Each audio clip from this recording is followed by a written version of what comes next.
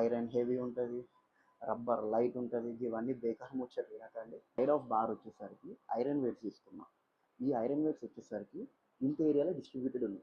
ఇది వచ్చేసరికి ఎంత ఉందంటే 105 kgs ఉంటుంది. On the other side of bar వచ్చేసరికి రబ్బర్ ప్లేట్స్. ఈ రబ్బర్ ప్లేట్స్ కూడా 105 kgs ఉంది. బట్ మీరు చూసినట్టయితే దానికంటే ఎక్కువ డిస్ట్రిబ్యూటెడ్ ఇది ఉంది, అంటే ఎక్కువ రేంజ్లో ఉంది ఫ్రమ్ ది బార్. సో ఇప్పుడు వచ్చేసరికి 100 kgs ఉంది. Let's see how it's gonna go.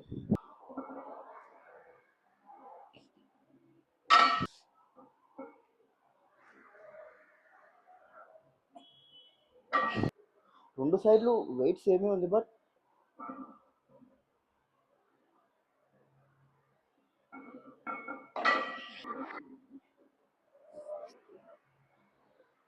ఇప్పుడు ఇక్కడ సైడ్ వచ్చేసరికి కొద్దిగా బార్ విప్ అనేది కనిపిస్తుంది. బార్ బెండింగ్ అనేది, బార్ బెండ్ అయినప్పుడు ఏంటంటే బార్ ఫస్ట్ లేచి వెయిట్లు అనేది లేస్తాయి.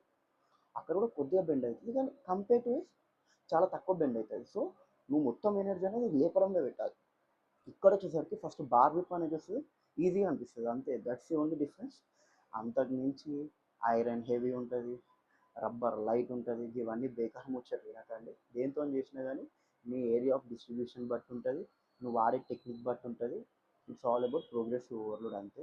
When you're going for more weight, ఇప్పుడు నా పిఆర్ 230 టచ్ చేసినప్పుడు I was unable to lift, ఎందుకంటే వెయిట్ అనేది డిస్ట్రిబ్యూట్ కాలేకపోయింది. 220 దాకా మేనేజ్ చేసిన లేపుకోవడానికి. మళ్ళీ మళ్ళీ చెప్తున్నా, మీ జిమ్లో డిఫరెంట్ ఉండవచ్చు, కానీ మా జిమ్లో మాత్రం రెండు ప్లేట్లు సేమ్గానే ఉన్నాయి. మీకు వీడియో కూడా పెడుతున్నా. ఒకవేళ ఐరన్ హెవీ రబ్బర్ లైట్ అని ఉంటే నాకు ఒక సైడ్ బొక్క ఇరిగేది, ఎందుకంటే 220 లేపగలిగిన 220 kgs దాకా వెళ్ళిందంటే రెండు దగ్గర దగ్గర సేమే ఉంటుంది.